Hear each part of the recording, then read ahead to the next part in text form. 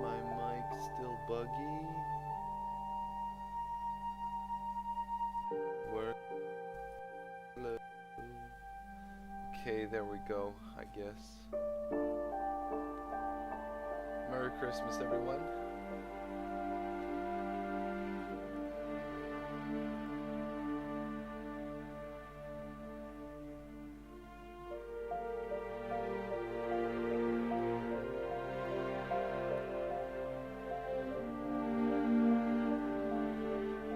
Alright, what remains of Edith Finch? An allegedly really good game. I don't know. I haven't played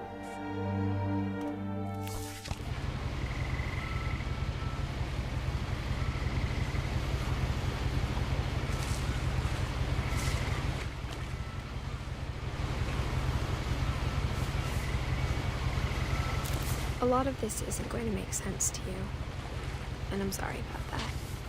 I'm just going to start at the beginning, with the house.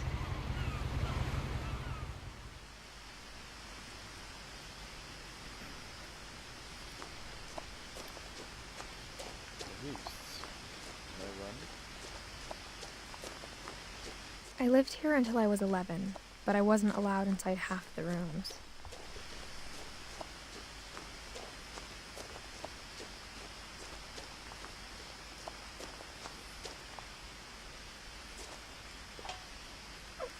Inside the mailbox were bills from 7 years ago, marked urgent, open immediately.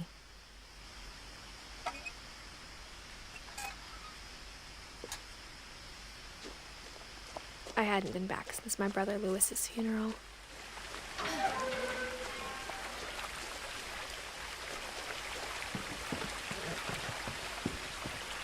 In her will, my mother left me a key, but didn't tell me what it unlocked. Maybe she thought I'd know, or she thought that the mystery would be enough to bring me back.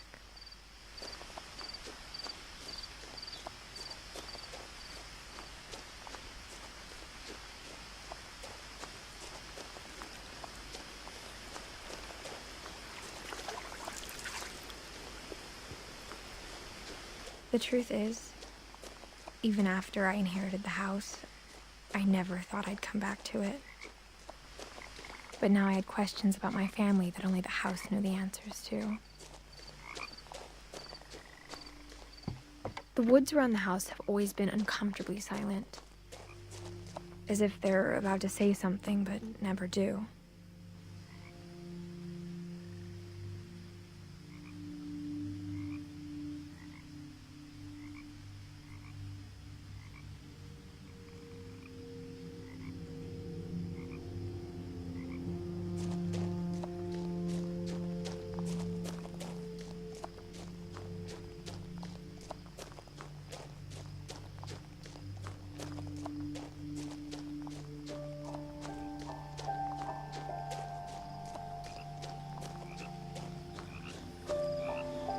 The house was exactly like I remembered it, the way I'd been dreaming about it.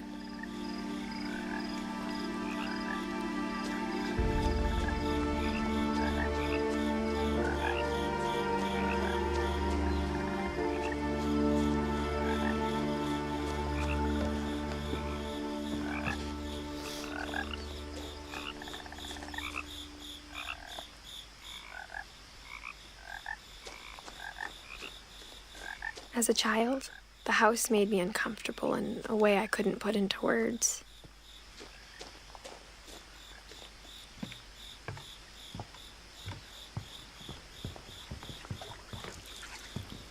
I asked Edie once about the dragon in the pond. She said it had killed her husband. I was 6. It seemed like an odd joke to me even then.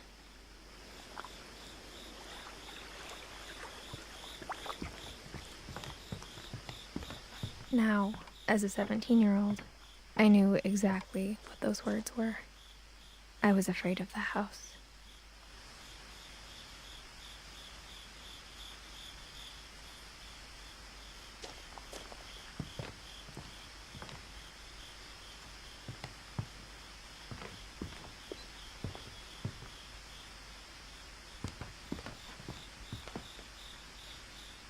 I hoped the key might unlock the front door. It didn't.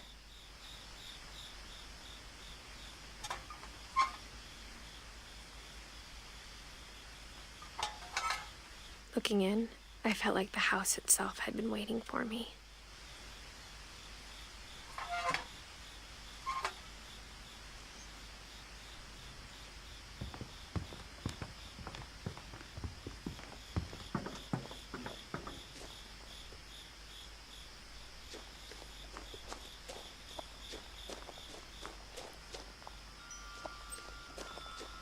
Okay.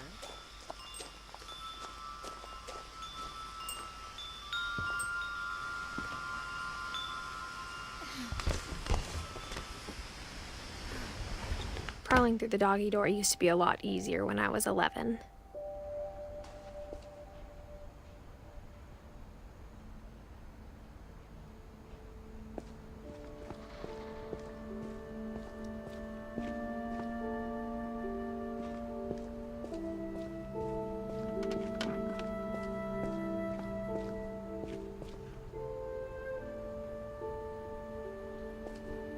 For the first time in years, I felt like I was home.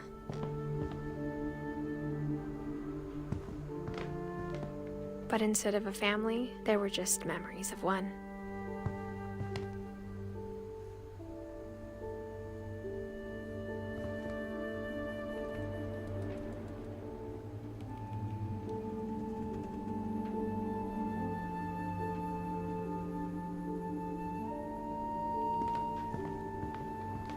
Like how only one restaurant would deliver to our house, so we had Chinese a lot.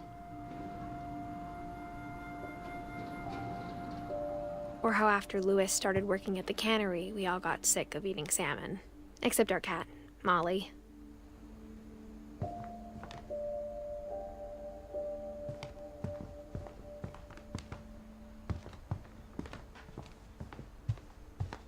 The table was still a wreck from the night we left. It was like a bomb had gone off, killing everyone but sparing the furniture.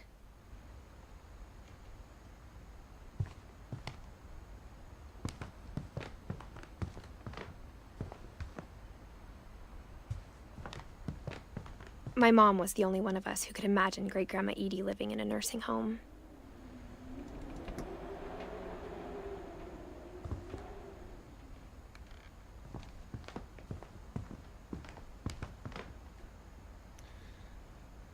I'm not sure if I'm supposed to be scared or if I'm just supposed to enjoy the ride. Nothing in the house looked abnormal.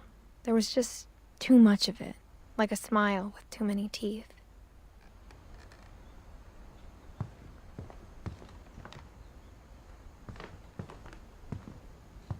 Even the fireplace had a story. Edie told me the bricks came from the original house, after it sank.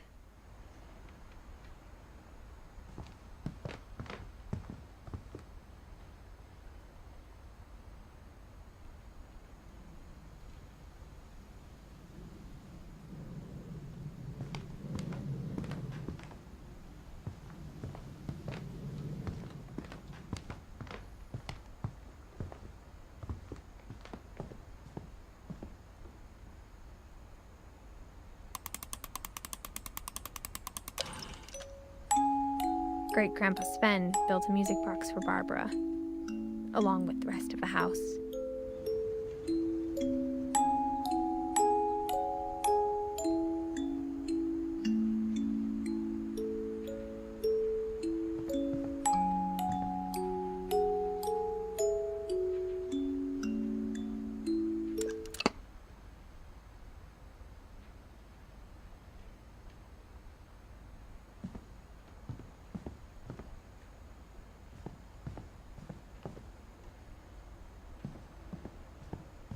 My mom wasn't much of an optimist, but she never stopped believing that my brother Milton was alive. A lot of things got left behind in the whirlwind of that last night.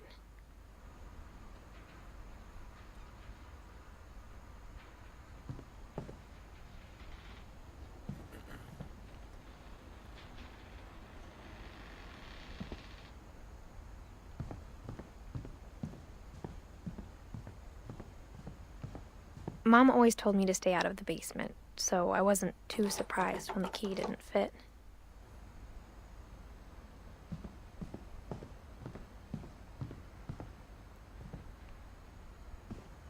After Milton disappeared, Mom sealed up all the bedrooms. Then Edie retaliated and drilled peepholes.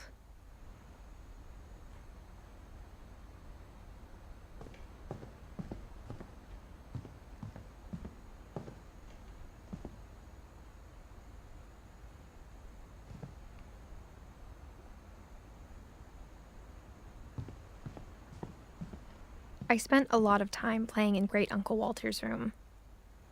I think my mom sometimes regretted not sealing it up. Lewis told me there were secret passages, but I never believed him.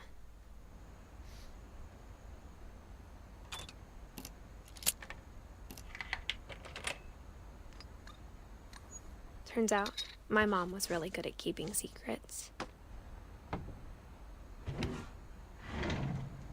Now it was time to find out what my mom had been afraid of.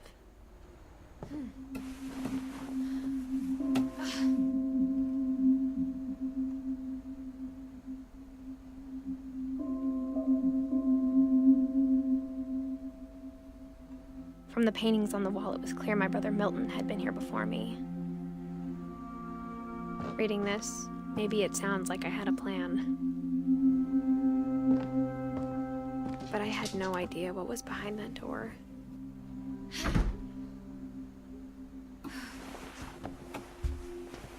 Just like I had no idea where all this was gonna lead.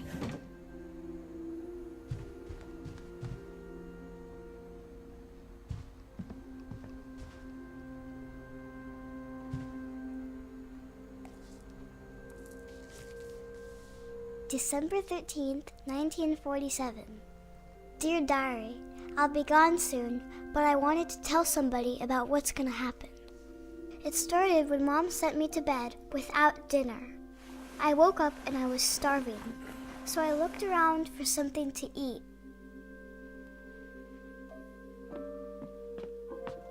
The gerbil food was dry, but I didn't mind it.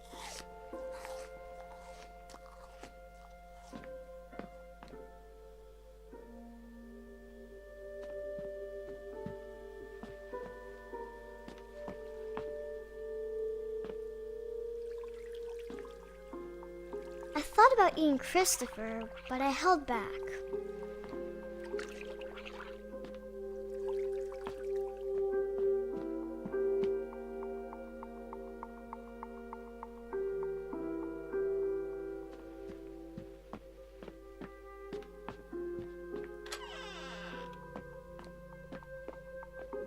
I kept eating and eating.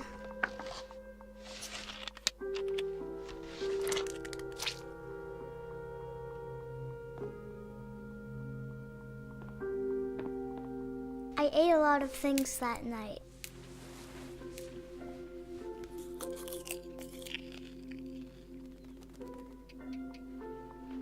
Can't be good for you. Then I heard chirping outside my window. It was a barn swallow going back to her nest. I reached out for her.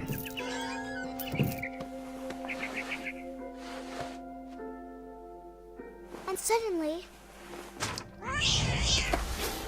I was a cat.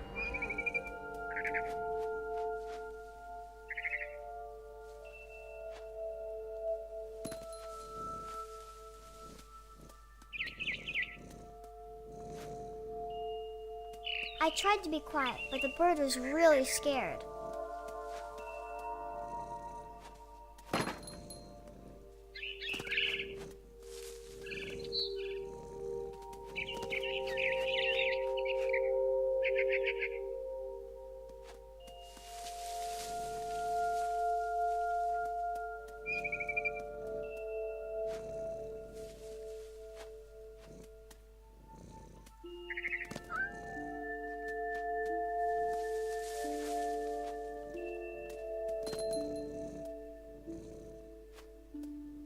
Mom and Dad didn't even look at me.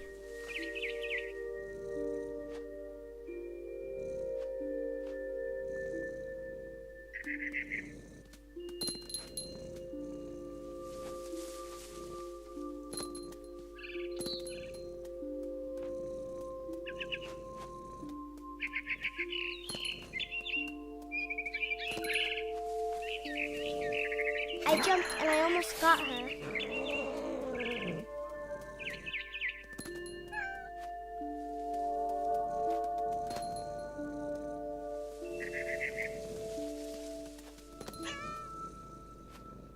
I could tell she was getting really tired. Now I was up in the big tree. I promised Dad I wouldn't climb it anymore. All I cared about was eating that mama bird. I gobbled her up. And suddenly, I was an owl. First, all I heard was the wind. Then I heard little teeth nibbling in the grass.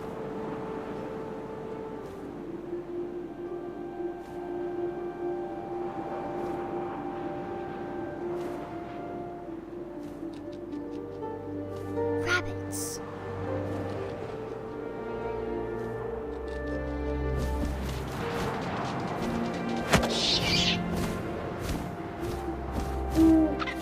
I imagined his face looking up and seeing mine through my talons. I swallowed him up, and I didn't chew one bit. Then I flew off to find something bigger.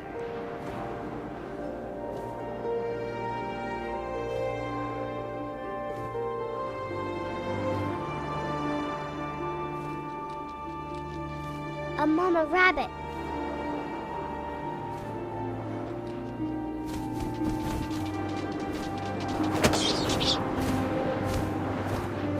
She was almost too big to carry. I started choking, but I couldn't stop eating. And suddenly, I was a shark. All.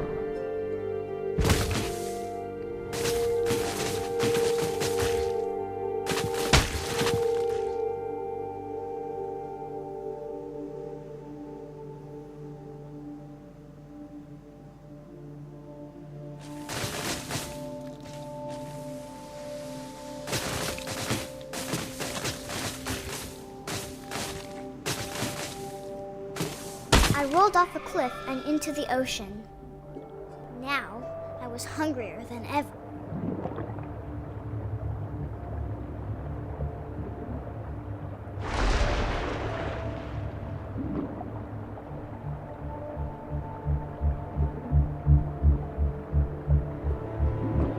I wanted fat, juicy seals.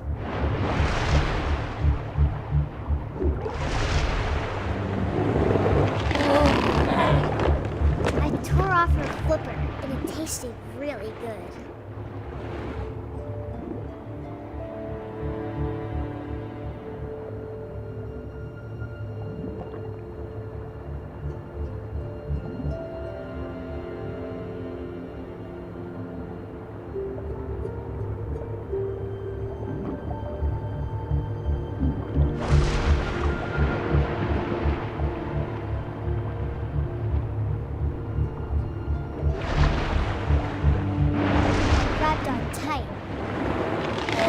So hungry, I jumped out of the water. When I opened my eyes, everything had changed.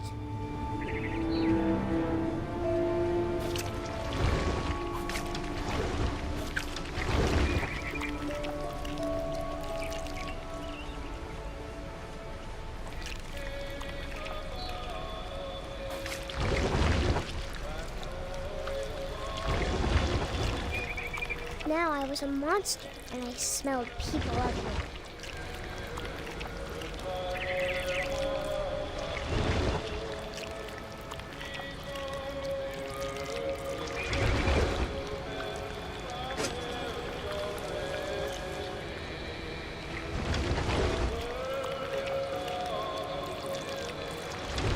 I was big, but I moved real quiet.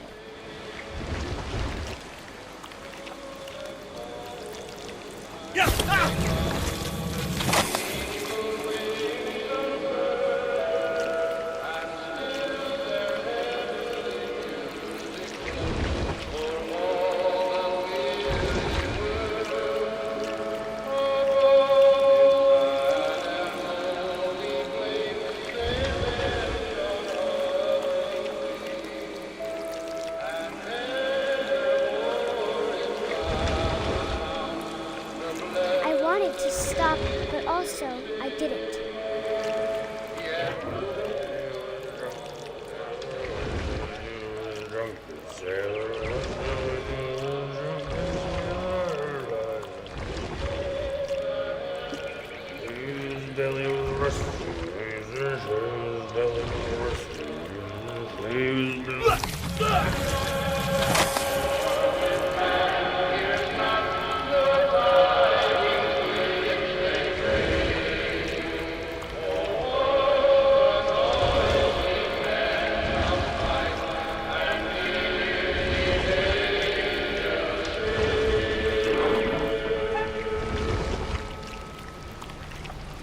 After the last passenger, I was still hungry. And across the water, I smelled something new. Something I had to have, so I swam towards it.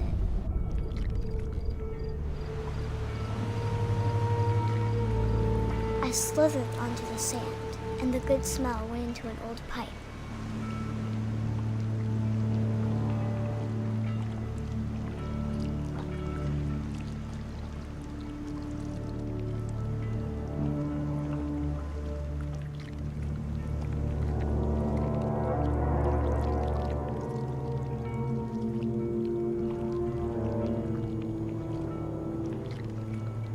I got closer and closer.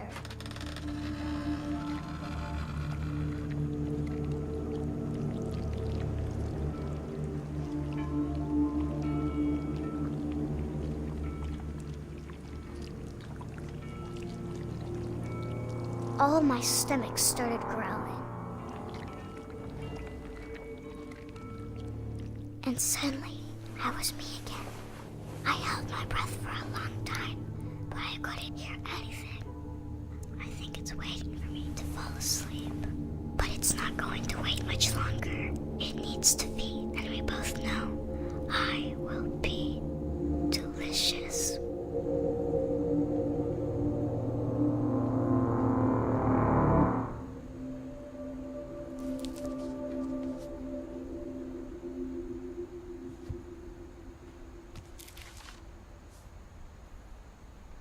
I'm not sure if I believed all of that, but I'm sure Edie would have.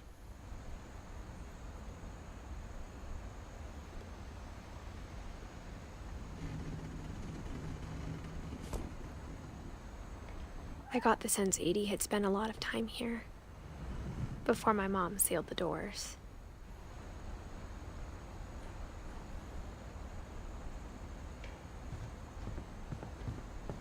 I grew up looking at Molly's room through the peephole. Being inside for the first time, I felt like I'd stepped behind a painting. I can't describe it, but I felt like some part of Molly was still here.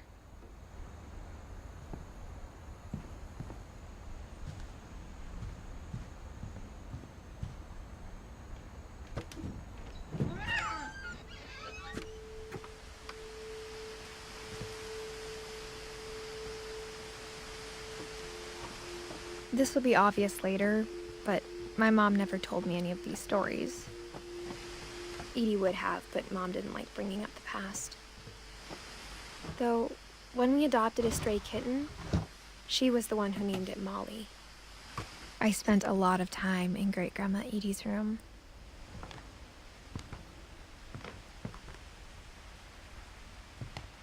Louis died a week before we left, but Edie had already started to memorialize him.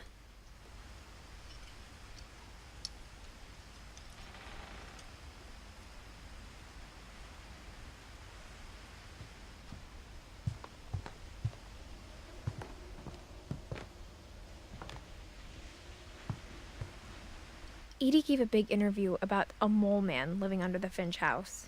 My mom was furious.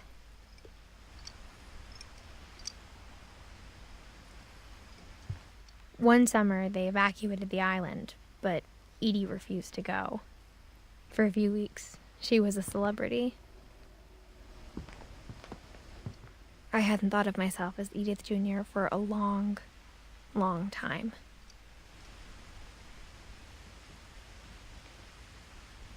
When Edie told people Sven was killed by a dragon, she could also have said he was building a dragon-shaped slide that collapsed. She could have, but she didn't.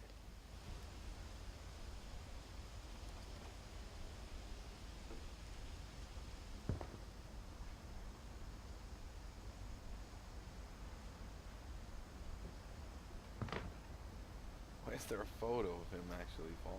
That's weird.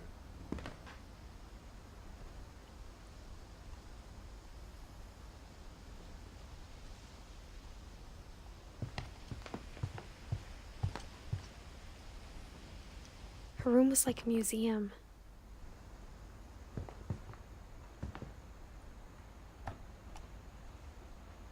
For 500 years, the Finches have been famous throughout Norway for their fortune and misfortune. Odin Finch buries the latest victims of the family curse, his wife Ingeborg and their newborn son, Johan. On January 7th, 1937, he set sail with his family and his house, hoping to leave the curse behind.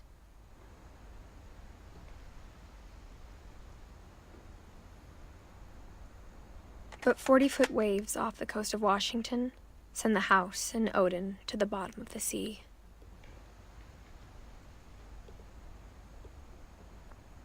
Odin's daughter Edith, with husband Sven and baby Molly, step ashore on their new home, Orcas Island.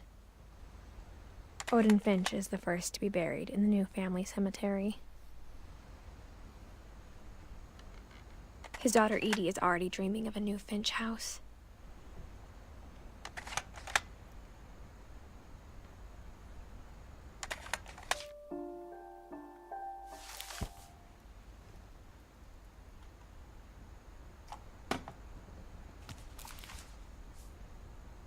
Whatever's wrong with this family, it goes back a long ways.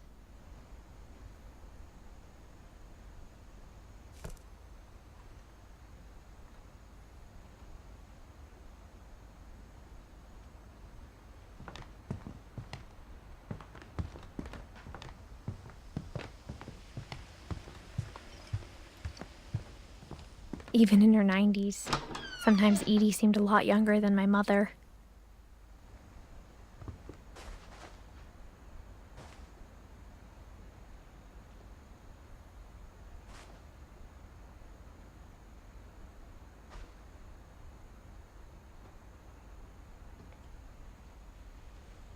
The only trace Grandpa Sam's first wife, Kay, left on the house was the pink bathroom. It was a pretty big trace.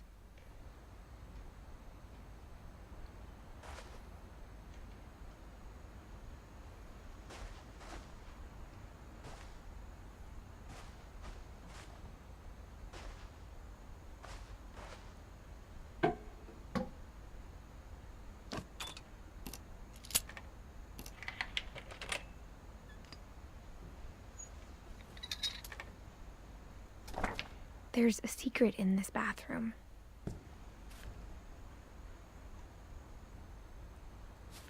It's in the last place you would look.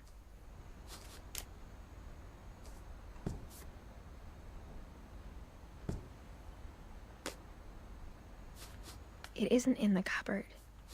It's hidden in this book.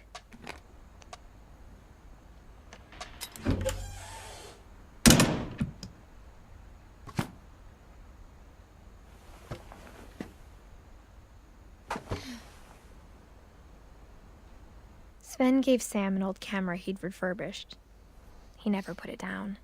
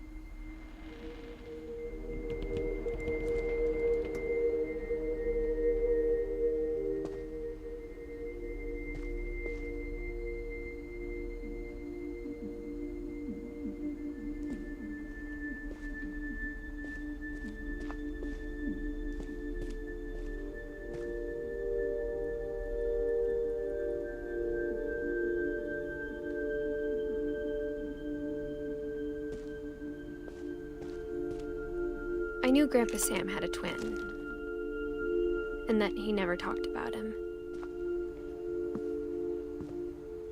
I guess my grandpa didn't like history any more than my mom did.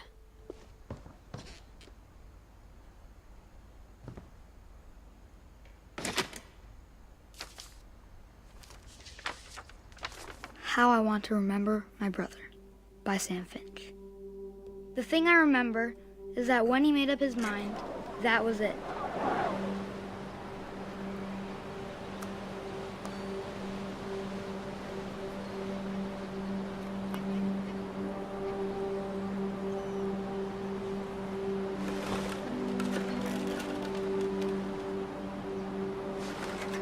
My brother said he'd die before he ate another mushroom, and he did.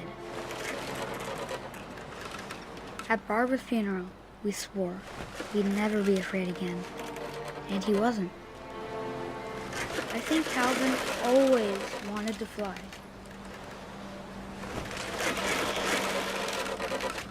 Sam! Calvin! Dinner's ready! Coming! But that day, he finally made up his mind to do it. I told him going around was impossible. Maybe if I hadn't said that. Calvin! I'm not gonna tell you again! Maybe if the wind hadn't picked up. Then maybe he'd still be here. But I doubt it. I think he'd already made up his mind. That's what I want to remember about my brother.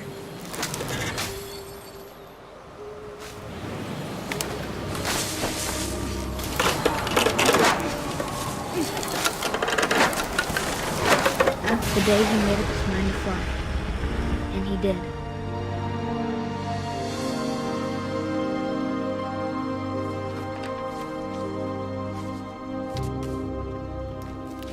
Powerful stuff. Calvin's story felt strangely familiar.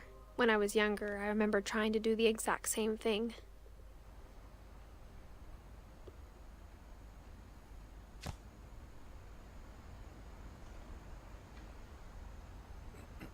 After the funeral, Edie roped off Calvin's half of the room.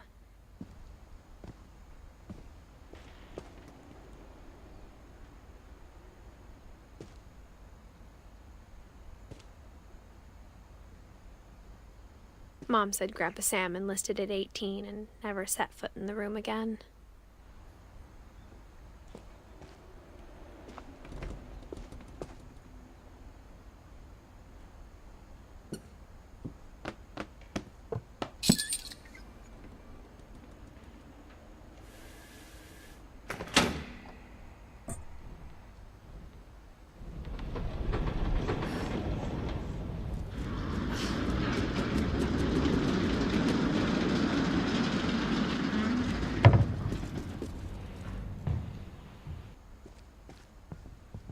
The passages were a pretty tight fit.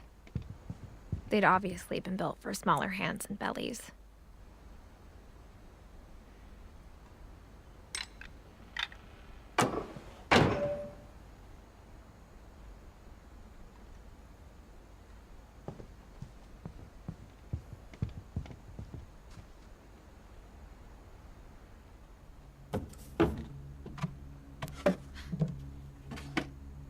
Growing up, I always thought of Barbara as a child star.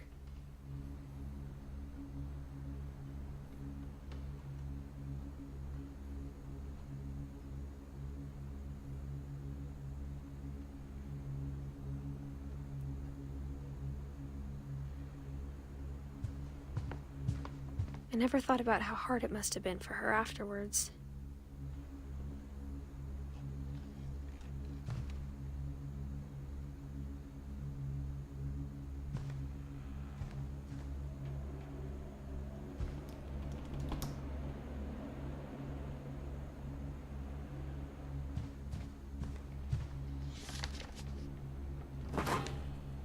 Of all the stories people wrote about Barbara's death, I'm surprised Edie saved this one.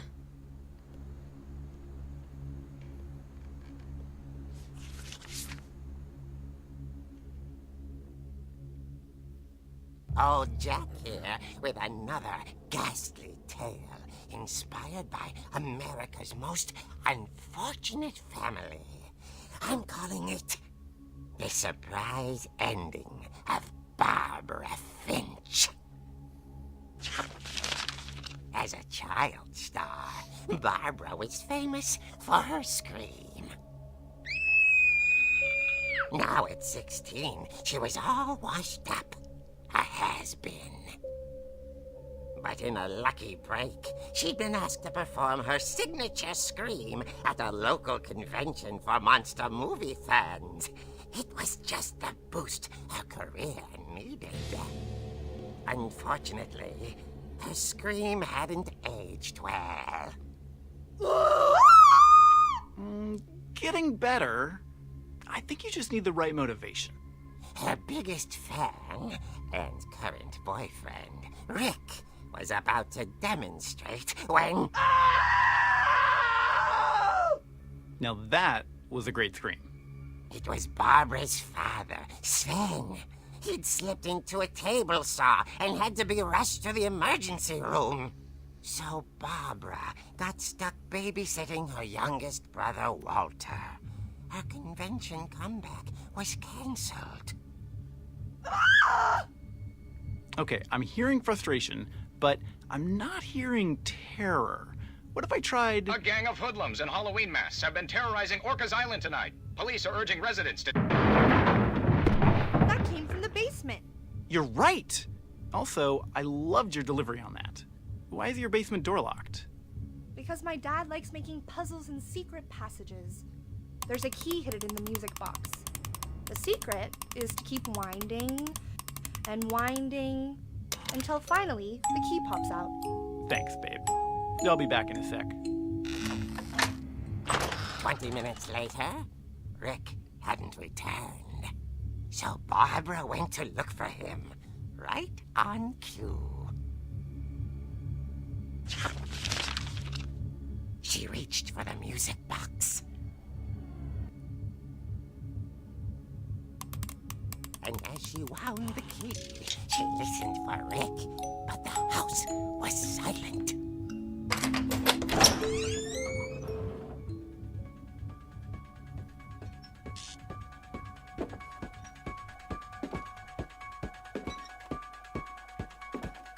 She found Rick's crutch and imagined the worst.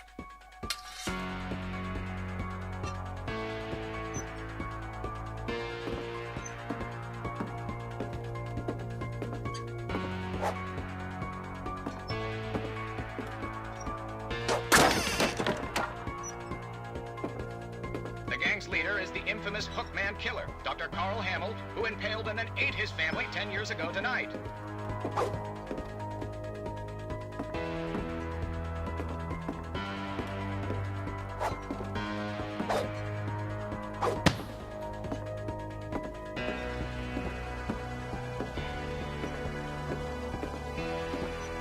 The old Finch rattled and grew still. Oh dear!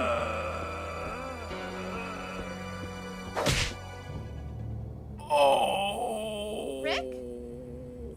Barb, relax. I was just trying to scare you to help you find your scream. Well, I'm not scared, Rick. I'm furious.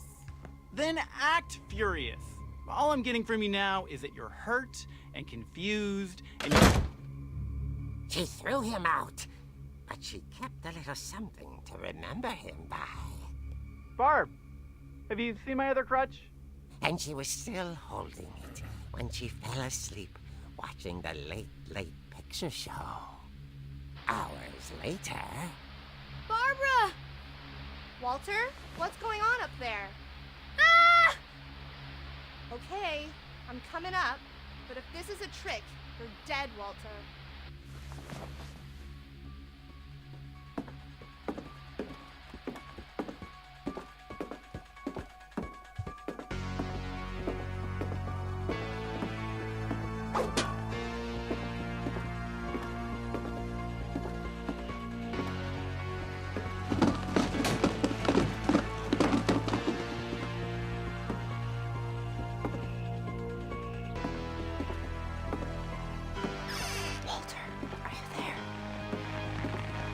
Walter had vanished, but his bedside radio was still on.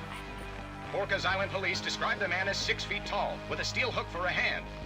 Residents are urged to lock all doors and windows and notify the police of any suspicious activity. Barbara turned, saw the hook man, and was speechless. He was quite smashing. And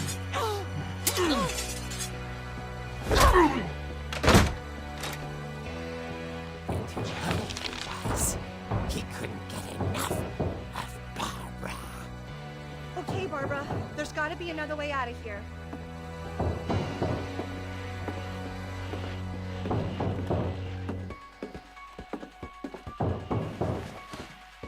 That night, she played her part beautifully.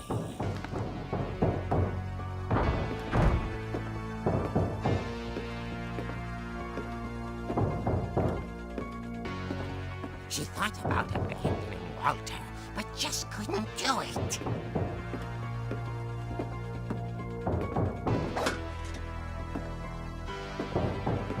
Molly's door hadn't been opened in years. The hinges groaned.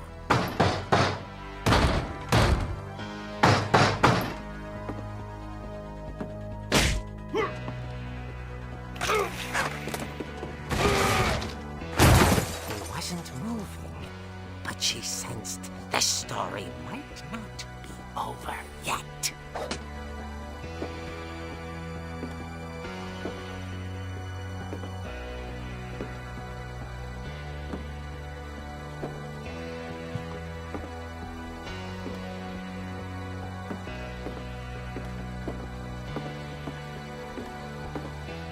The hookman had vanished. She listened for his breathing, but all she heard was...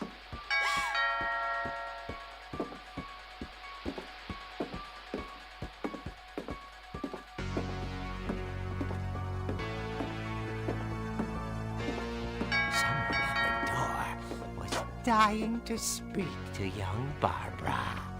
At the door, she heard whispering. It was coming from inside the house.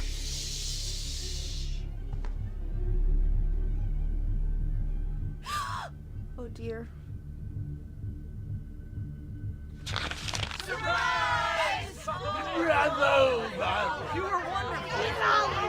monsters had come to surprise her. For Barbara, it was a dream come true. Then she saw what kind of monsters they were, and she realized what was about to happen. She was going to be famous. And with her final breath, Barbara Finch gave the performance of her life.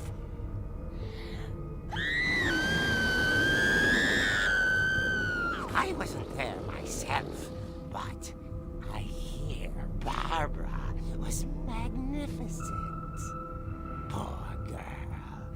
She had a taste for stardom. But unfortunately, so did her fans. Of course, the police blamed it all on poor Rick, who disappeared the same night. And little Walter? Hiding under his bed the whole time. He took it all pretty hard, but that's another story. As for Barbara, tucked inside the music box is all they ever found of her. Her ear. Now that's what I call a real eerie tale.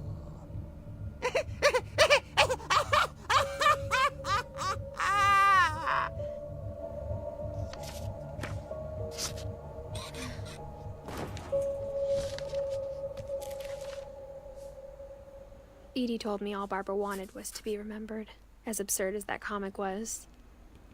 Maybe what Edie saw was a happy ending.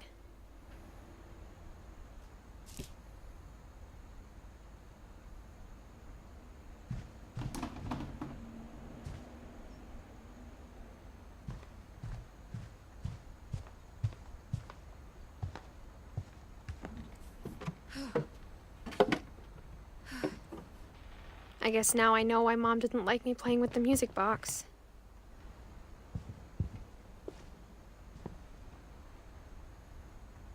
Edie's father, Odin, built the original house. Whenever people ask me about my family, the first thing they always want to know about is Barbara. Mom must have locked the third floor stairs on the night we left.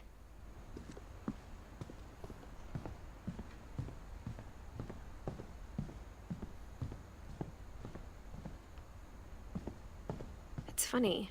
All those times I played with the music box and never found the basement key.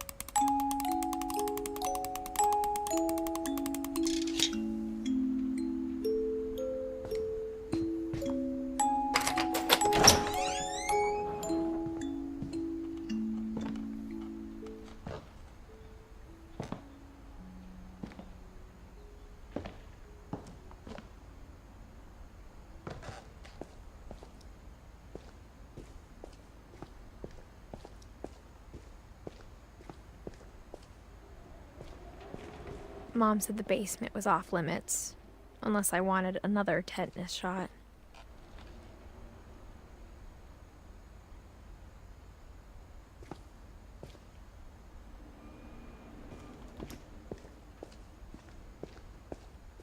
I saw Edie sneak down to the basement once, carrying packages.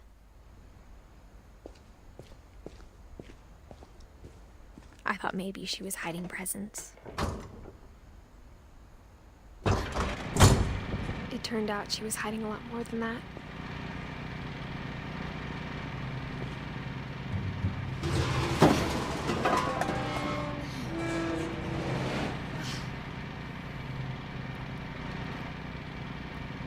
I remember asking Mom once about where Walter had gone. She said after Barbara died, he got as far away as he could. If there's a pattern in all these stories,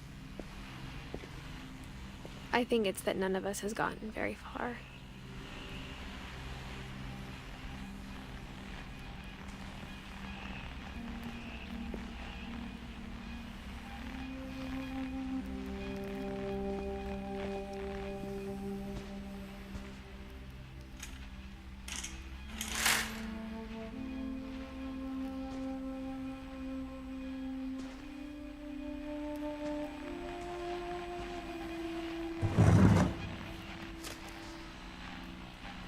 Goodbye, everyone. I can't believe I've been down here for 30 years. On that first day, after the shaking started, I didn't think I'd survive a week.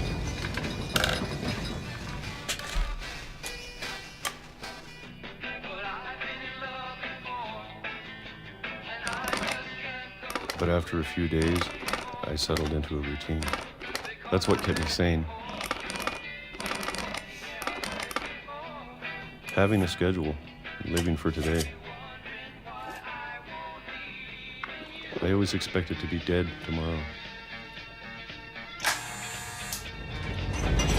But if you wait long enough, you get used to anything.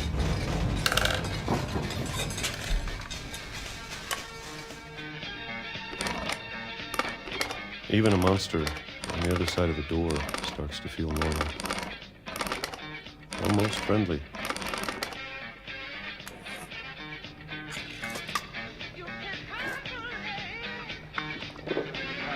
And then one day, everything just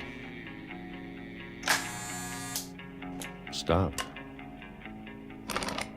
Whatever that thing was, it was gone. Maybe you got tired of waiting. Or maybe I just got tired of being afraid.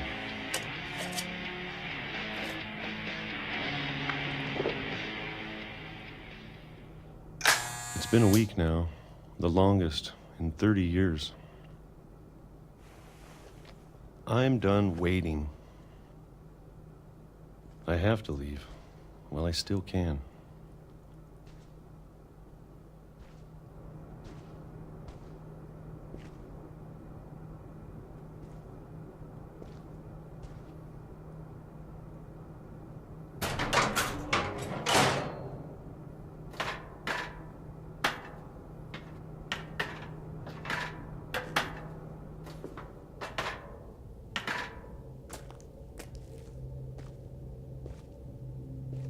I know it's out there, somewhere.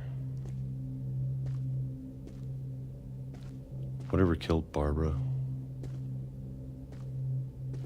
and Molly and Calvin.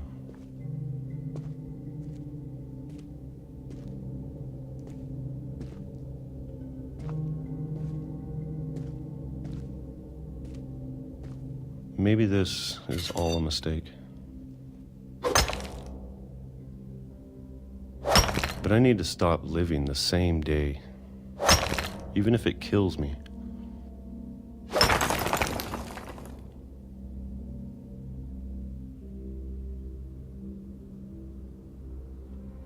Whatever's out there, I want you to know I'm ready for it.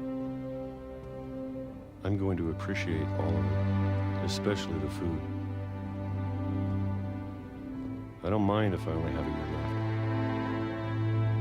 Or a month, or a single week. I'd be happy with one new day. I can already imagine the sun on my face.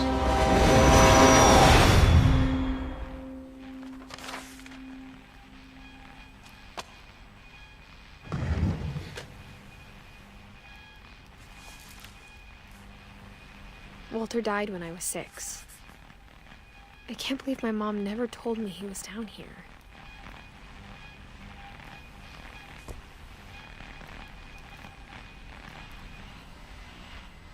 I'm sure my mom was trying to protect me.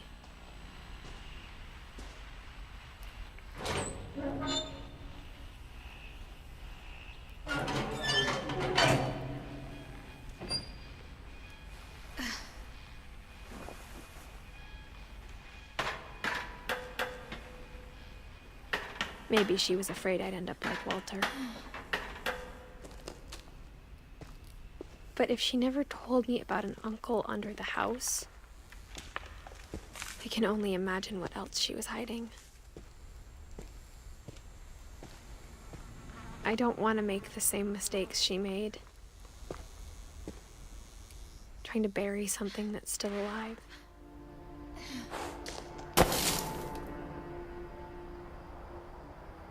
Now that there's only one of us left, or maybe 2, I thought it was time I heard the stories for myself and found out what happened to everyone else. But now I'm worried the stories themselves might be the problem. Maybe we believed so much in a family curse, we made it real.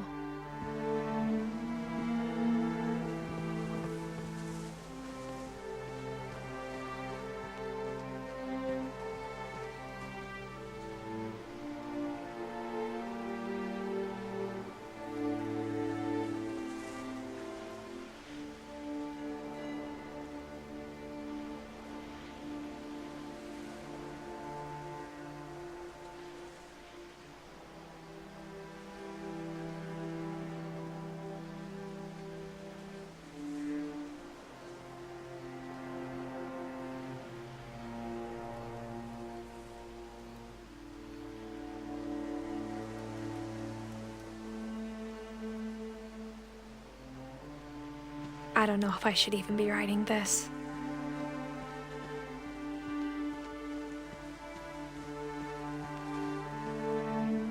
Maybe it'd be better if all this just died with me.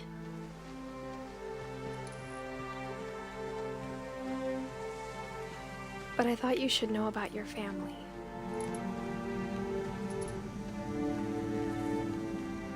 And the history you're a part of. Though to be honest, I feel as lost as you probably do right now.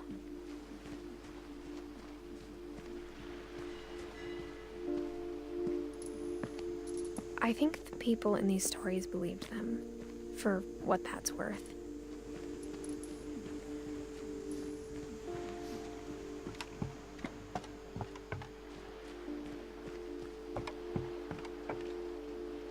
I'm pregnant.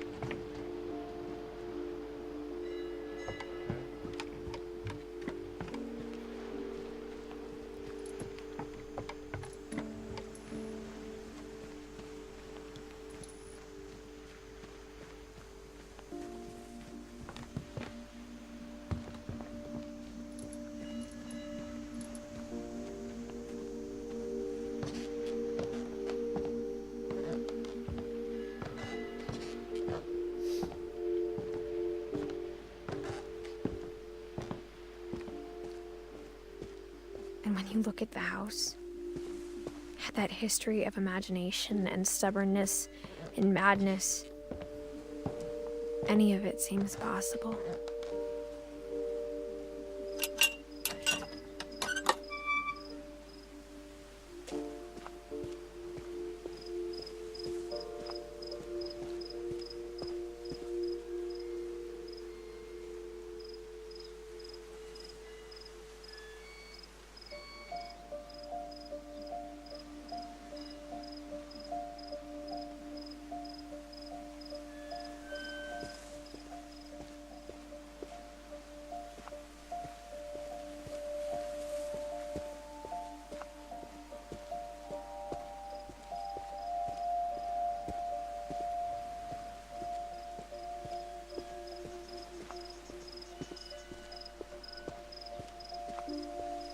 I think we've been surrounded by death for so long, we've just gotten used to it. What kind of family finishes building a cemetery before starting the house?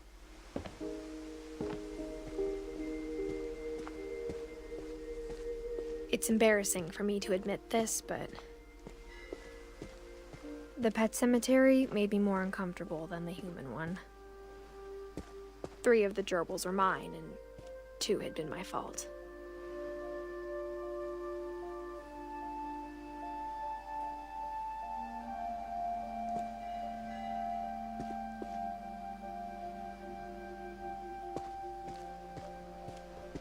Sven built the house, but it was Edie who designed the cemetery.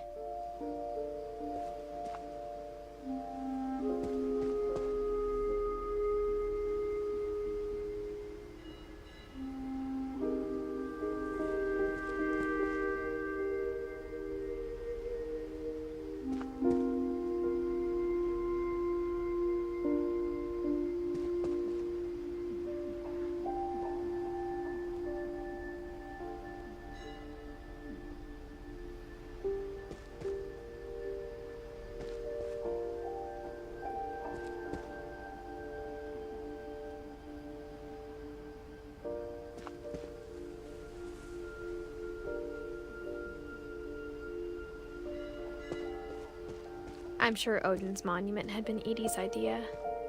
My mom was always trying to move on, but for Edie, the past never went away.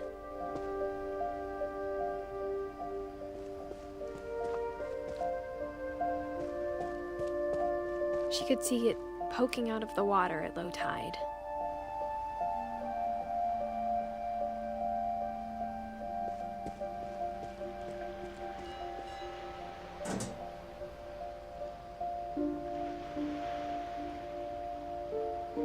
Edie said she dreamed about the old house every night.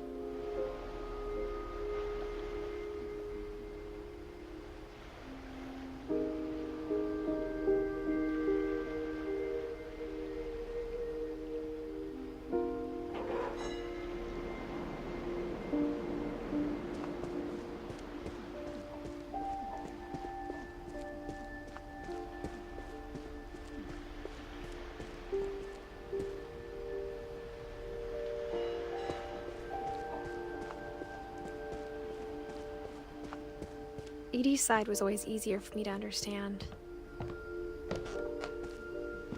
But the older I get, the more I can see where my mom was coming from.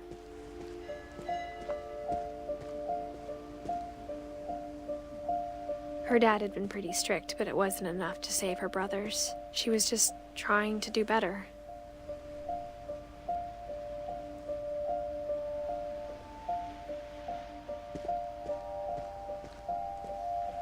She lost 2 of her brothers, just like I did. I get why she tried so hard to protect us. We never found Milton's body, so my mom insisted we were putting up a monument, not a tombstone.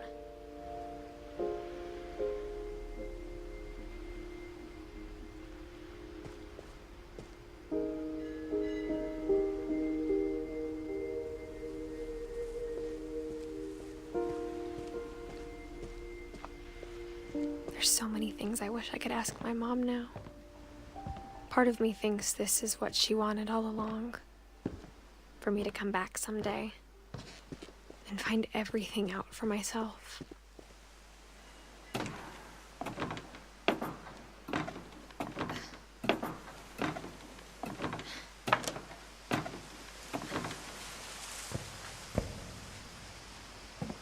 But looking back on it now,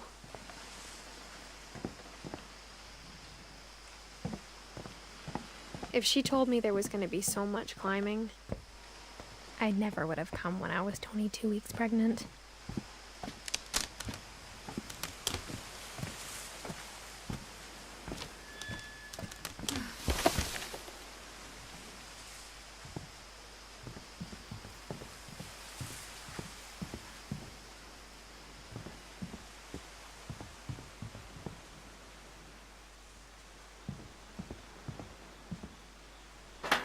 I never met Grandpa Sam, but I think he and my mom had a lot in common.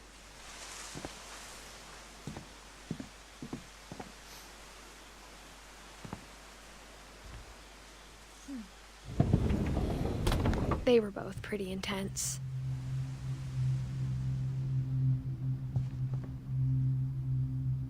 Sam spent his life shooting photos, but Mom said he got nervous being in front of the camera. I guess we're all afraid of something.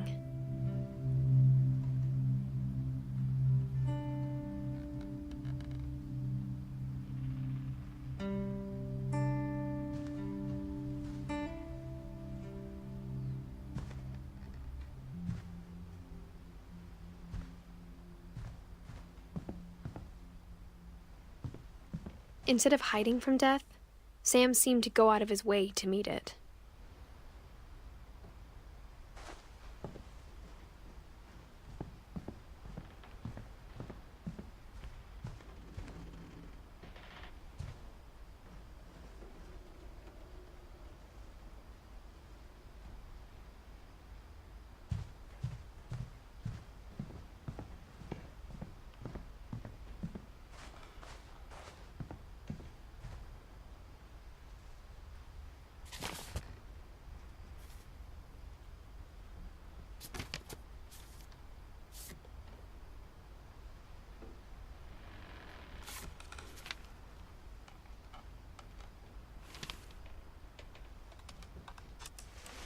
Dawn, I promise, you'll never forget this weekend. Yes, sir. These memories are gonna last a lifetime. Am I gonna have to shoot anything? It's a hunting trip, Dawn. Shooting is strongly encouraged. Shouldn't we be leaving? Just want to get a shot of you, Dawn, then we can take off. What? Perfect. It's gonna rain the whole weekend, isn't it?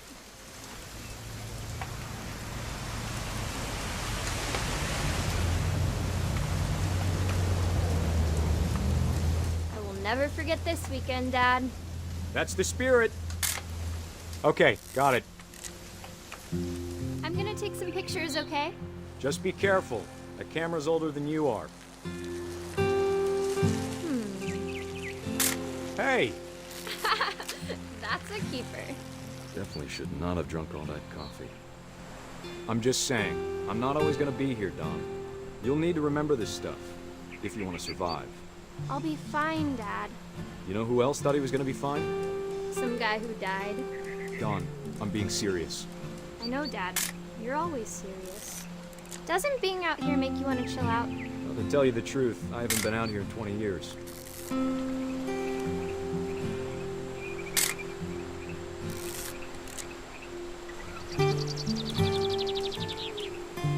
Last time I was with my brother Calvin. Man, that was a great trip. Your grandpa's fen taught us, Dawn, don't you think you could find something more interesting to photograph? We found an old logging trail. There were deer everywhere. I bet if I could remember where that trail was, we'd spot a buck for you in no time. Give me a minute to check the map.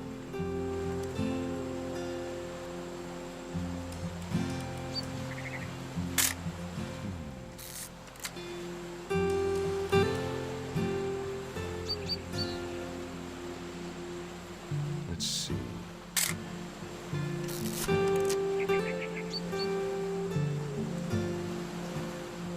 Maybe.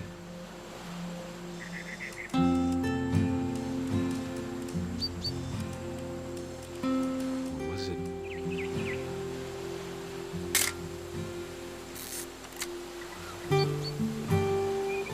Could have been.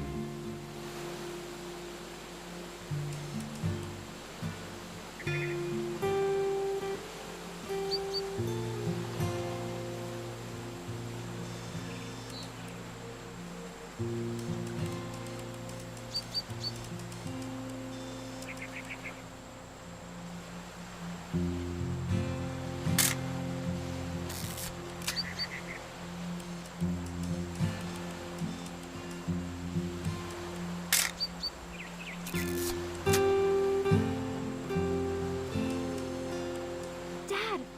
Good eyes, Dawn. Before you take the shot, let me get a picture of it. Dad, I... Let me get behind you. Do I have to do this? Dawn, you don't have to do anything.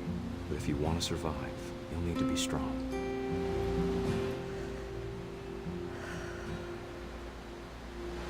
Now keep yourself squared up, elbows down, like we practiced, whenever you're ready.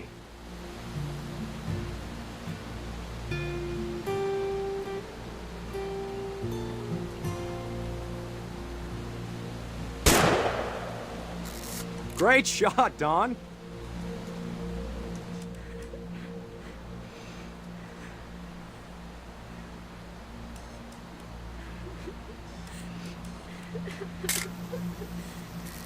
I'm proud of you, Dawn. Always remember that, okay?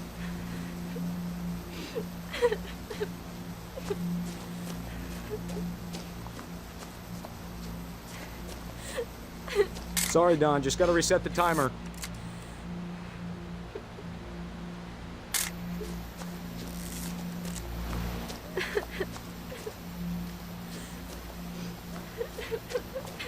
Dad, it's twitching. I think That's it's totally normal, Dawn. Just focus on the camera. Try not to think about... Dad!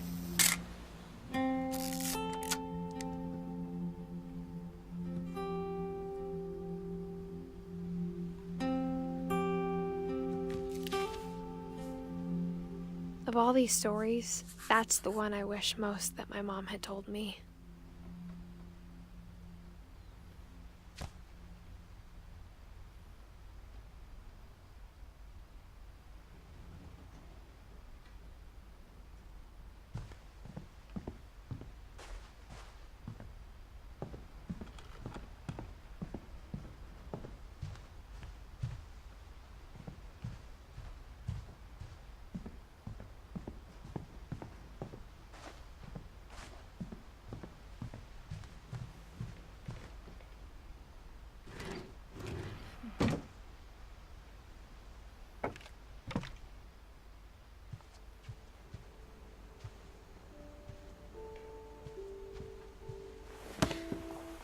After Sam died, my mom and Edie got really close.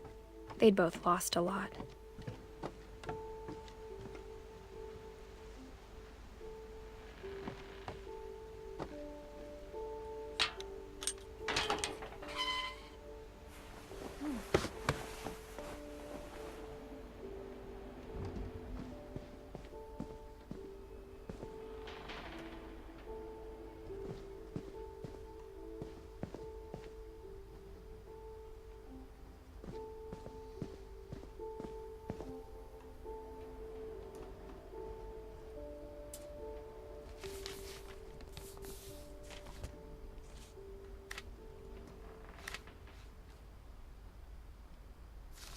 Dear Kay, do you remember the way Gregory used to laugh when he thought he was alone?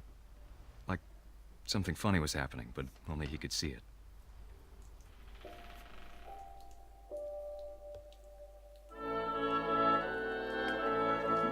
I think he saw things the rest of us don't.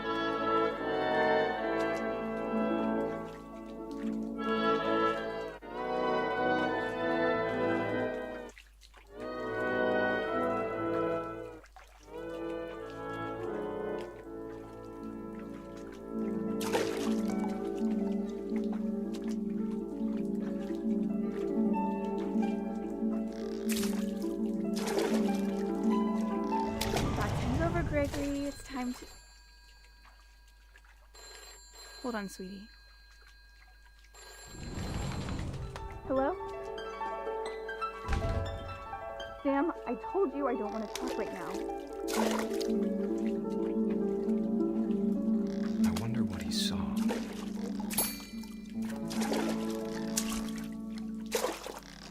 What his world was like.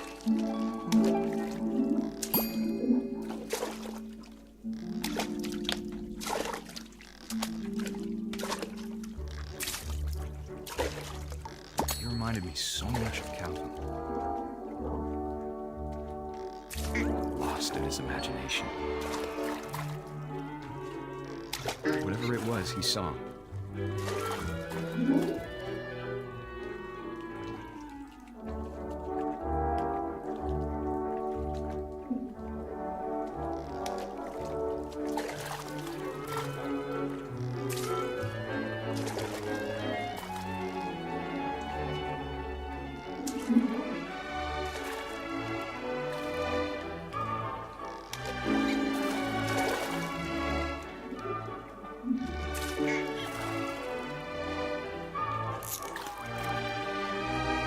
Sure made him happy.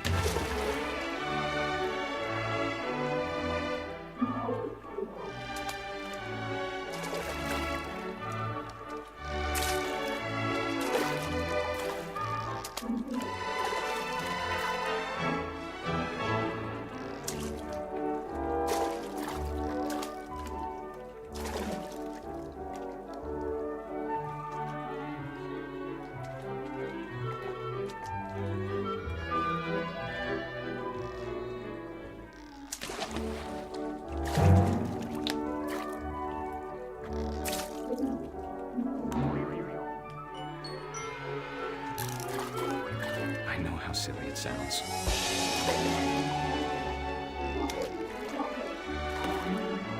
But I worried about a baby being too happy. But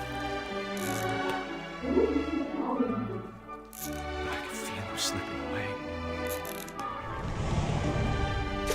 Sorry about that, Gregory. I know you did everything you could. Maybe if I hadn't called that night. Damn it. Hold on, I don't want Grace to be here.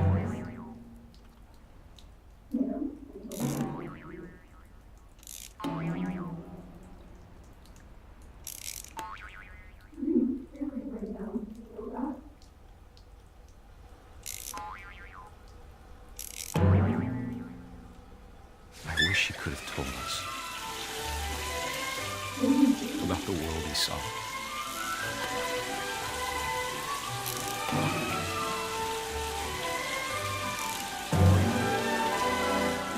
There's so much I don't understand about Gregory. about everything.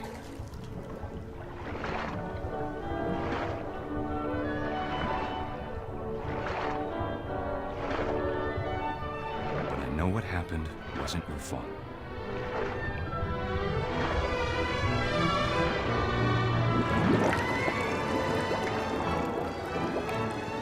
I'm sure he's happy.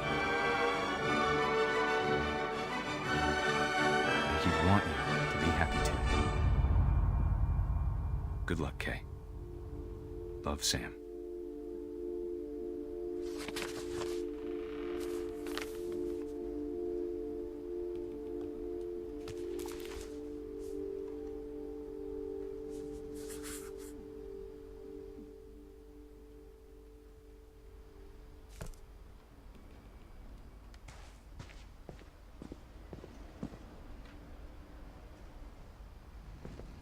I can't imagine my mom ever writing poetry, and yet...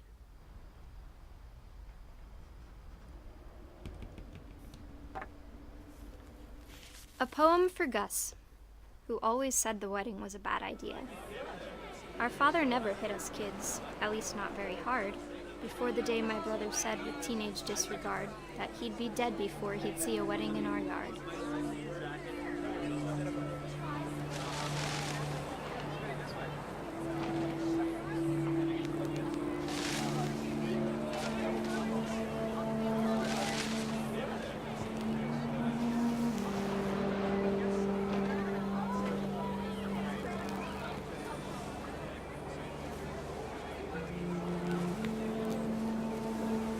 My father made him come, of course, but Gus stood far apart, just flew his kite and bottled up the storm inside his heart.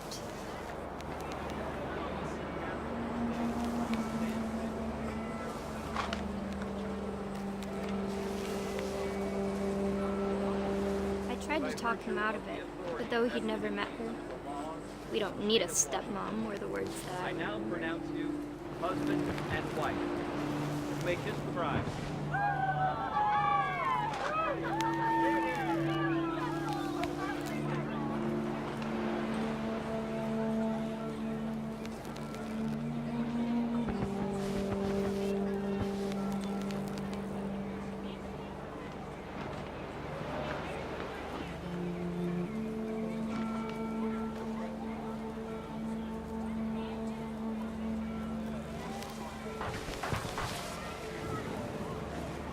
When the time for photos came, Dad ordered him to come here. But Gus declined, and as a sign held up his middle finger.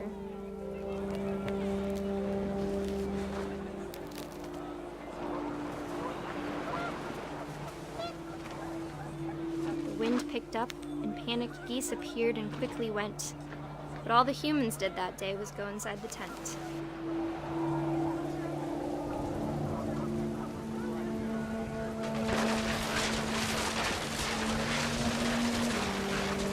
Rain came down in buckets then, but no one seemed afraid that nature might destroy the tent our dad had crudely made.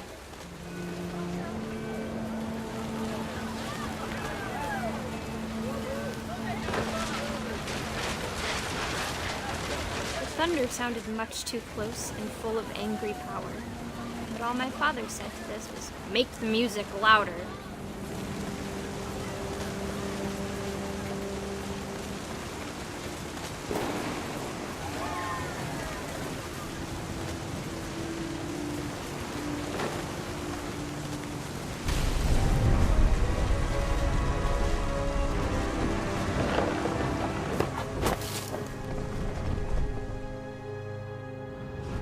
I wish that I could truly say I thought about you on that day. Out there on the beach alone, just you, the wind, the sea and foam. But I didn't, until we found you.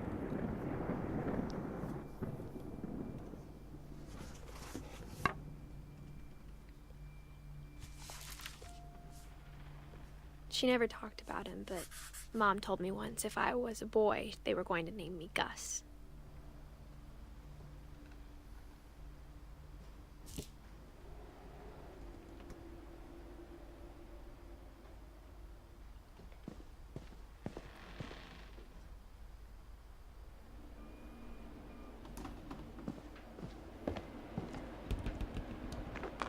My mom moved up to the loft after her brothers died. At the time, it was as far away as she could get.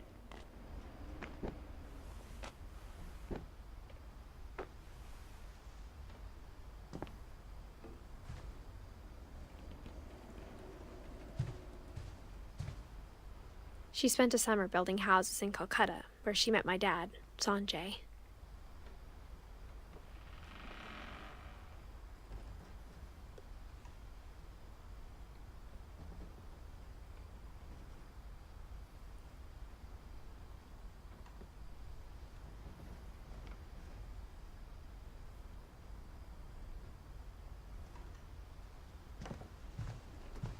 Religion was another thing my mom never talked about, but I think it helped her a lot after her dad died.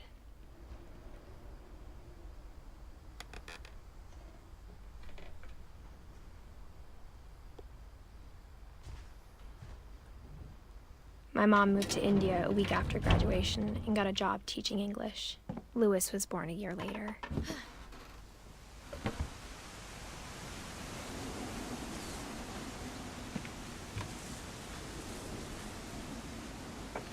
When my dad died, I don't think Mom knew where else to go. I'm sure Edie was happy to have her back. And to see kids in the house again.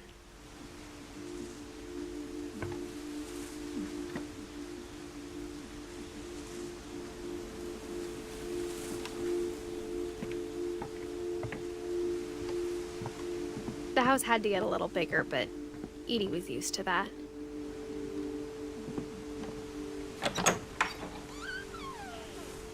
And for a while, things were good. Almost normal.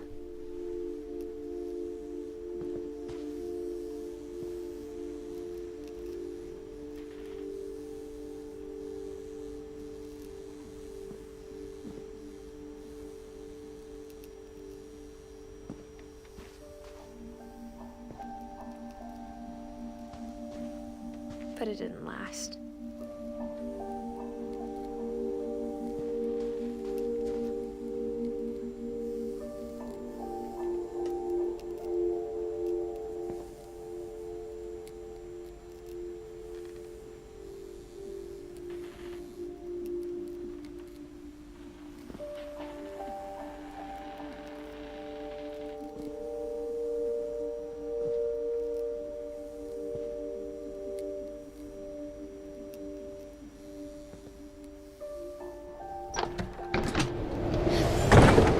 The beginning of the end was Milton's 10th birthday, when Edie gave him a castle.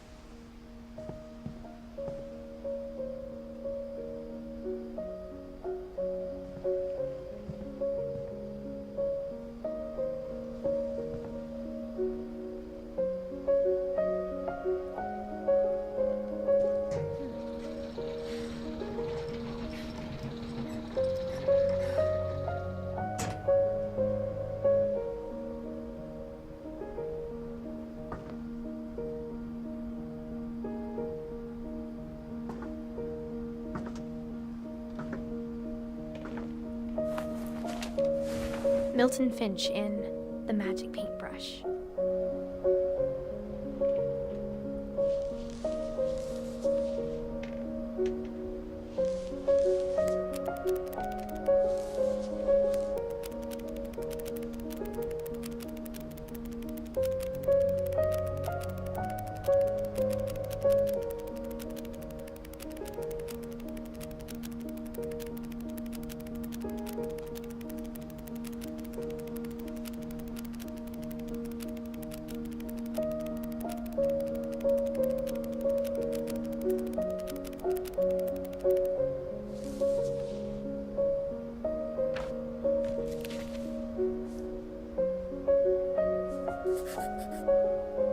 4 when Milton disappeared.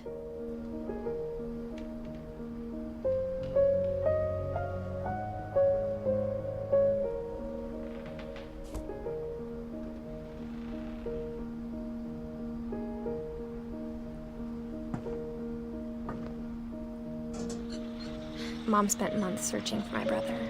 Then she sealed the doors.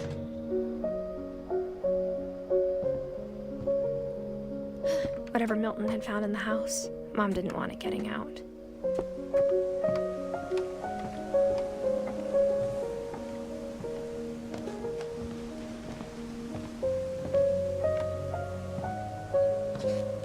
Mom definitely blamed Edie, but I think Louis blamed himself. After he graduated, he just spent more and more time in his room, until Mom got him a job at the cannery.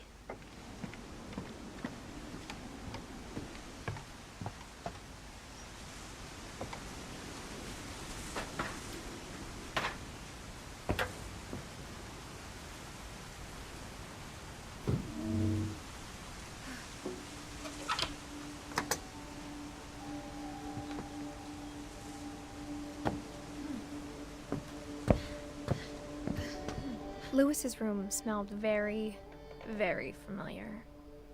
That part of him lived on.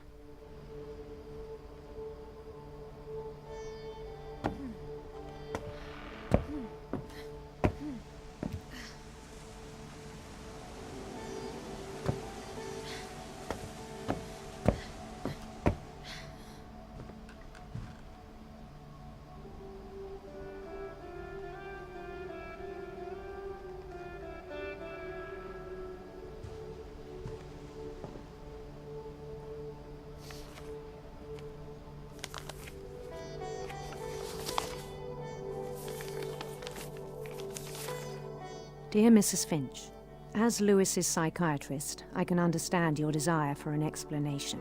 As I see it, the trouble began in January, shortly after we convinced your son to seek treatment for substance abuse.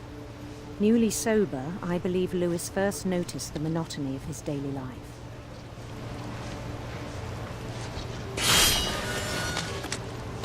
He kept working at the cannery, but he withdrew part of himself. In our sessions, I saw the same behavior. His mind began to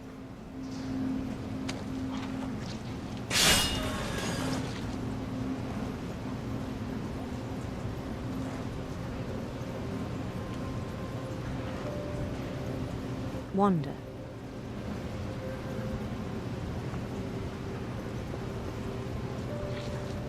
I asked him to describe it. He said he started small, imagining a labyrinth.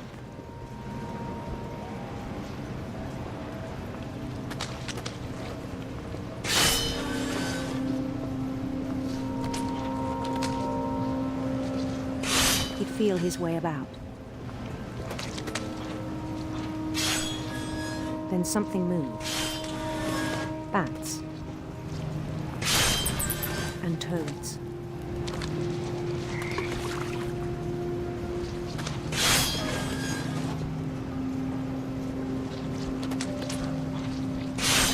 And things that have not names. He knew it was all in his head. But he took it very seriously. I had hoped he'd find himself.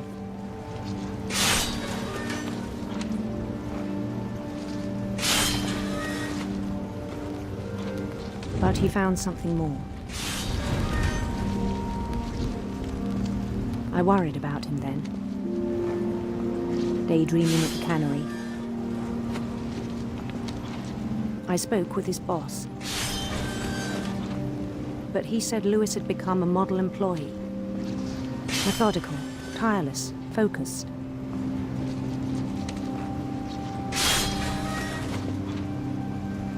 Like a whole new Louis. So I let him go on.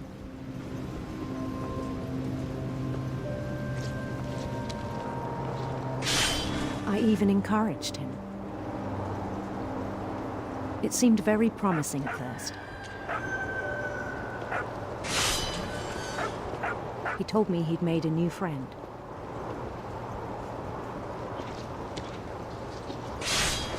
On the edge of a city he named Louis Topia.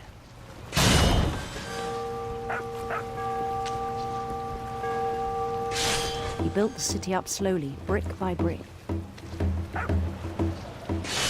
Then he made musicians.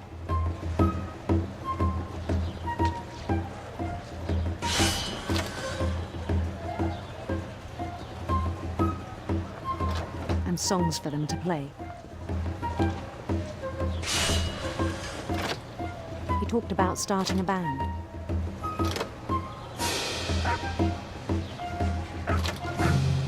And he was always humming something. Every day his imagination grew stronger.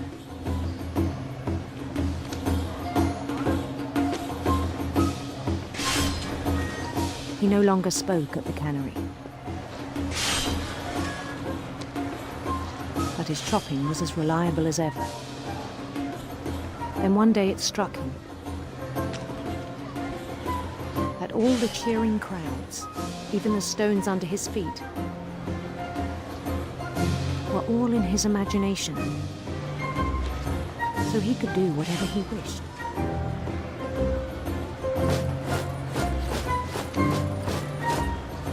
He held an election for mayor. And he won.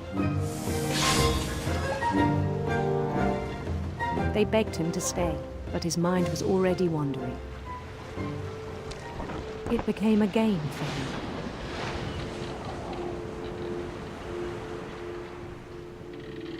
He'd conquer a city, then immediately push on. New Louisville.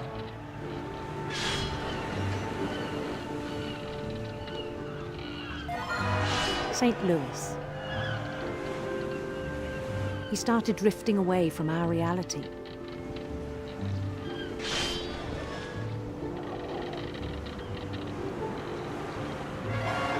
Minneapolis. Until one day he forgot to go home from the cannery. Even as his mother pleaded with him, part of Louis kept sailing on.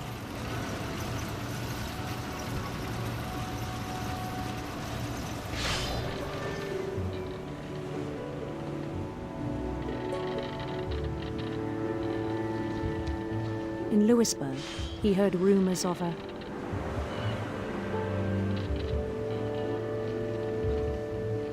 handsome queen.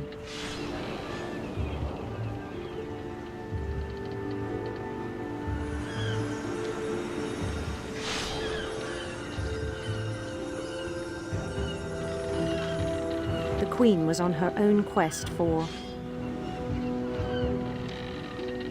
sinister serpents.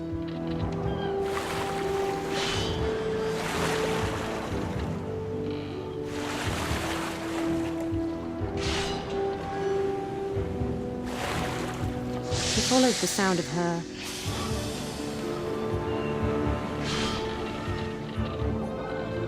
silver harp.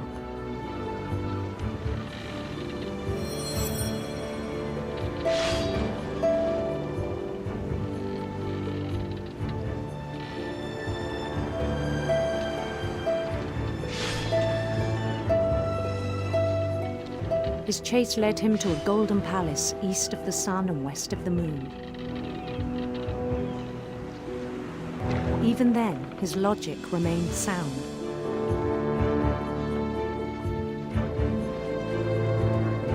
He knew the world was all in his imagination.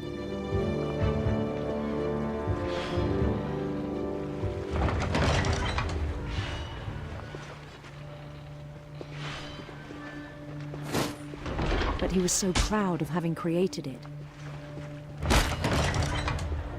In his own eyes, he'd become something greater than a king.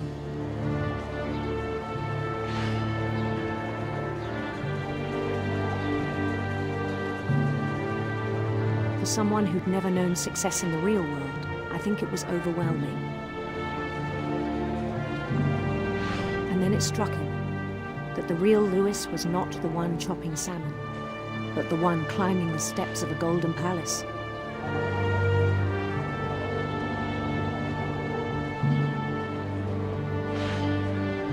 My imagination is as real as my body, he told me. It was hard to argue with him.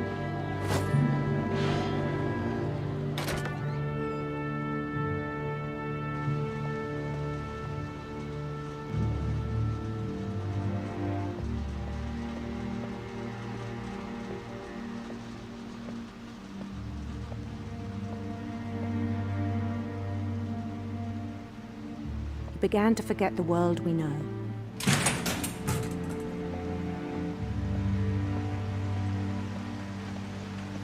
I think it pained him to remember Lewis, the cannery worker.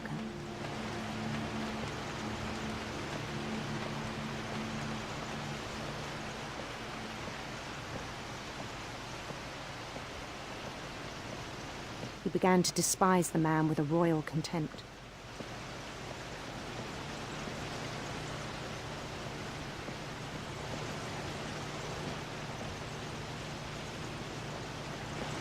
I still thought I could save him. Even after he said he was being crowned king over all the lands of wonder. The palace would be packed with his companions.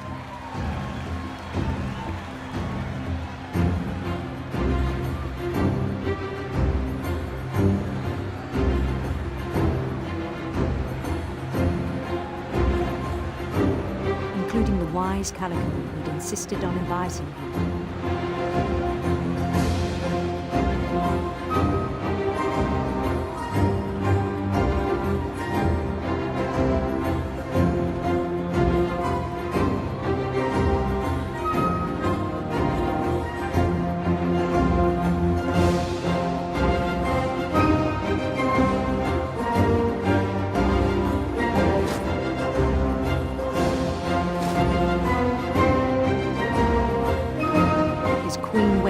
Holding his crown.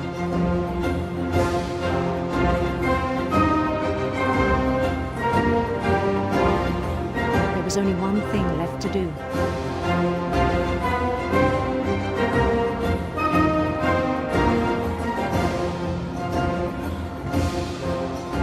Bend down his head.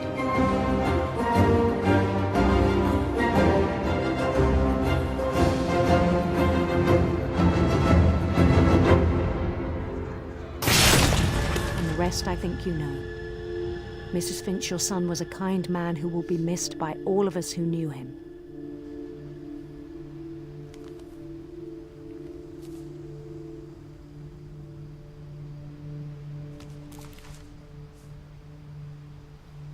My brother was really cool. I wish you could have met him.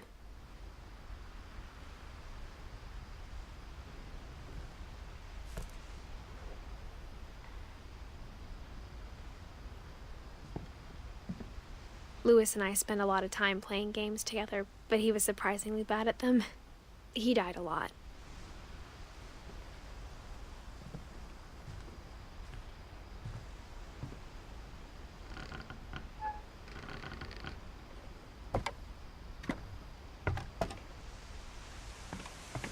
On the way back from Lewis's funeral, my mom told me to start packing. She waited until the day before we left to tell Edie. I'm not sure if she wanted to make it easier or harder.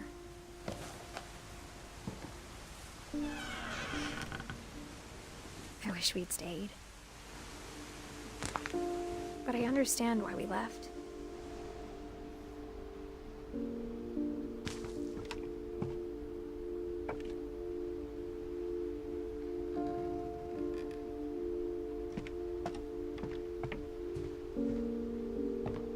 My mom ended up leaving everything behind.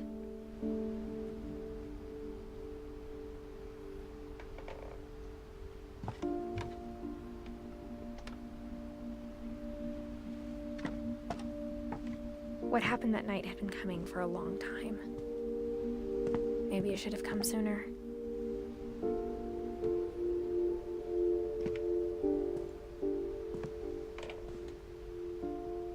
But it had to end one way or another.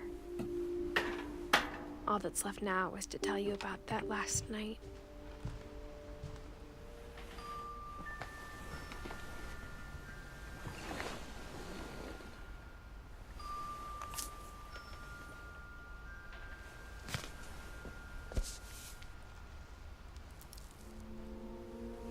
That whole last day, Edie just watched us pack and didn't say a word.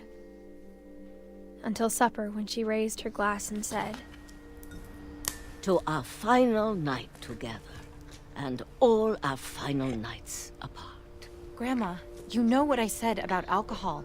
Some of your medications are very Edith, specific. I left a present for you in the hallway. Why don't you go open it? The grown-ups have to argue now. I'm sorry, you're right. We're all leaving tomorrow. Let's just enjoy our last... I'm not leaving. Edith, you're excused.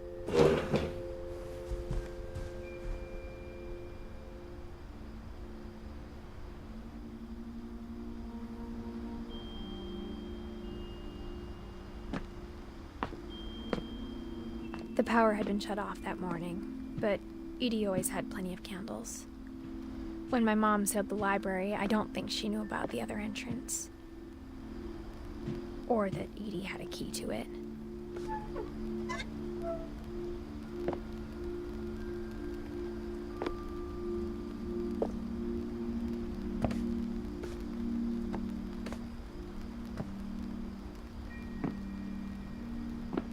That thing you're afraid of isn't going to end when you leave the house.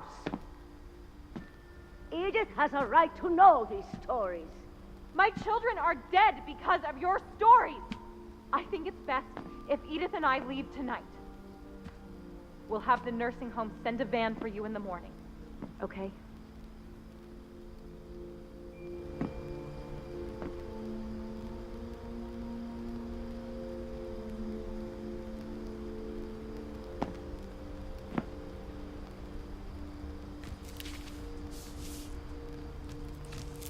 Dear Edith, there's so many stories I wish I could tell you, but there's only time for one.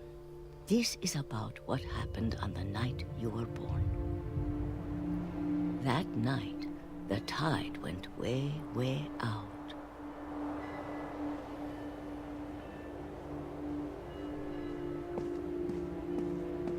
It was the first and last time I ever saw the old house aground. There'd been an earthquake out in the middle of the ocean. They called it the lowest tide in 1,000 years. God, it smelled awful. You know, I've seen that house every day of my life.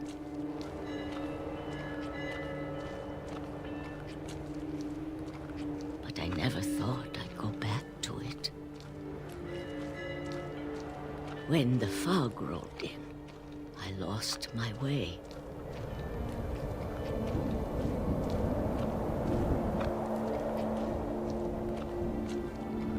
I got turned around.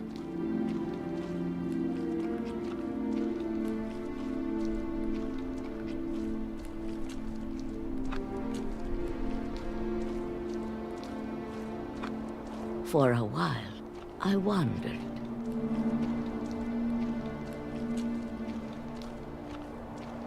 I started seeing things.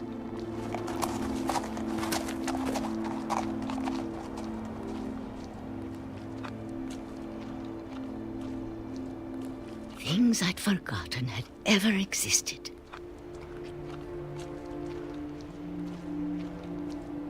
But when I saw them, they felt like old friends. That night, a lot of things came back to me. Or maybe I came back to them.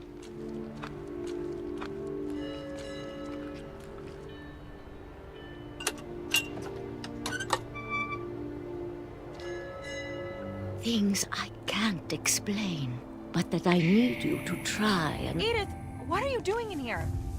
It's mine. Edith! Mom, you're gonna rip it. Let go.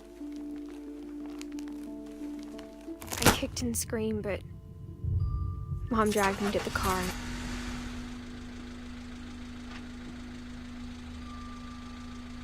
I never saw Great-Grandma Edie again. The next morning, the van came to pick her up, but she was already gone. After that, we moved around a lot.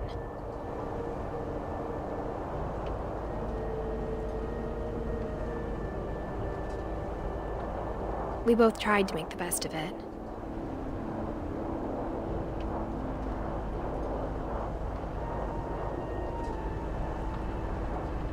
A few years went by.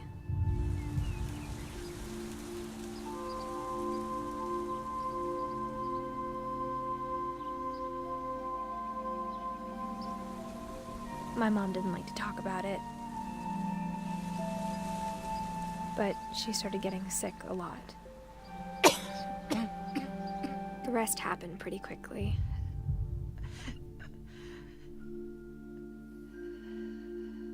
She got better for a while, and then she didn't.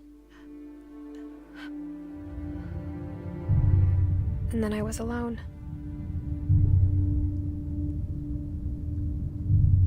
The last Finch left alive.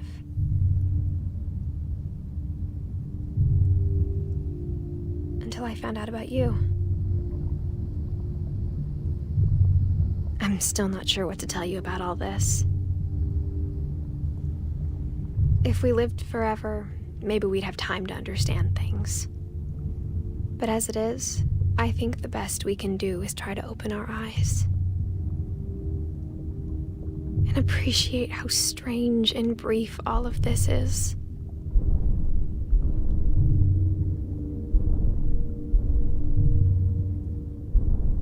This journal was supposed to be for you. But now I hope you'll never see it. I just want to meet you and tell you all these stories myself. But I guess if you're reading this now, things didn't work out that way.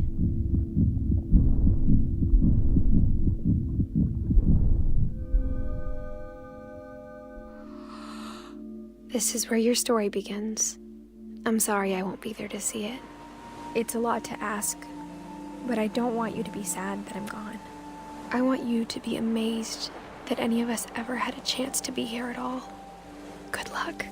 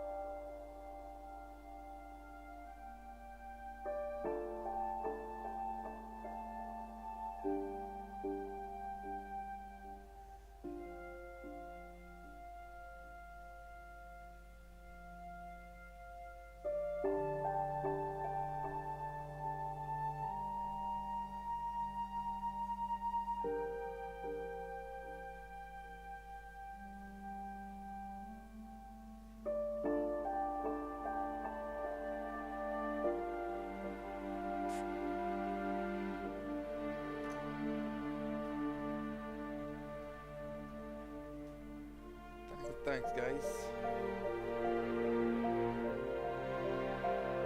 It was pretty good, I thought.